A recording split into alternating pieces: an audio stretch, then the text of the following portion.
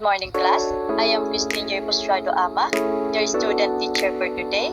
Before we start, everybody stand and let us feel the presence of our Lord. Oh, amen. Before you take your seat, kindly arrange and align first your chair and properly and pick up the pieces of paper or plastic under the near in your respective chair. Okay.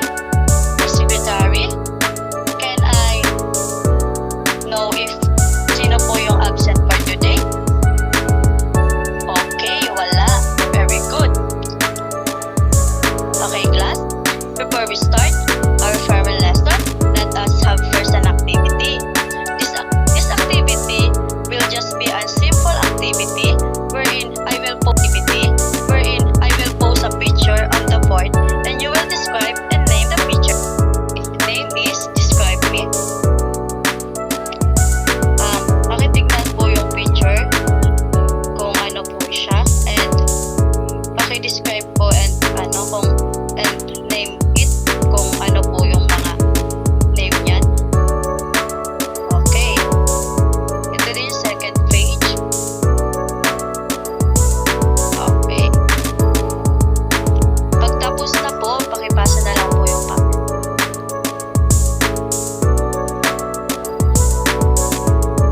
Okay, class.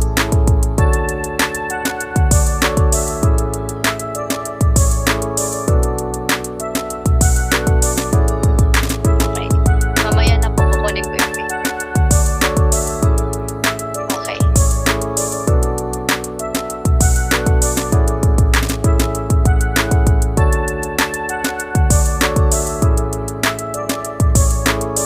Proceed na po tayo sa topic natin for today. Use tools and bakery equipment. Our objectives is, at the end of this lesson, the student should be able to A. Knowing the differences of tools and equipment and their uses. B. Familiarize the tools and equipment and their uses. C. Explain the importance of tools and equipment and their uses. First is baking.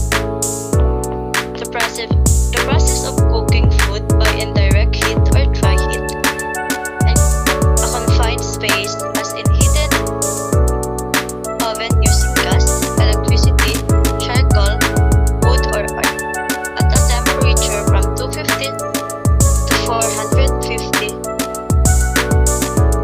Yung baking po is siya po siyang process of cooking food na itinadirect po siya sa heat or dry heat using po ng heated oven or sa gas or electricity. And next po is yung butter. A flour mixture that can be stirred or formed. Yung butter po is siya po yung parang flour po na minimix po siya sa flour. And next po is convection oven. Stove in which a fan circulates heated air through the oven for fast even cooking. Yung convection oven po is parang maliit po siyang oven na dyan po siya nagsisirculate parang sa heating air po para po madali po yung makapagluto sa mga bake po pala. Next is discard. To get rid of as a vehicle offer shall use. And ito po is yung pagtanggal po ng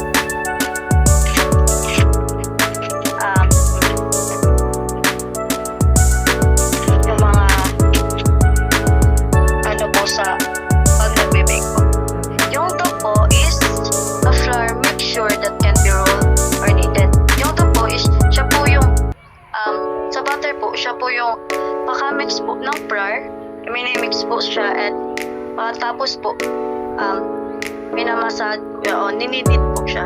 Kaya lahat po na init po para po makagawa po ng dough. Yung Dutch oven po is siya rin po siyang oven pero maliit lang po siya para po siyang kaserola na kaserola po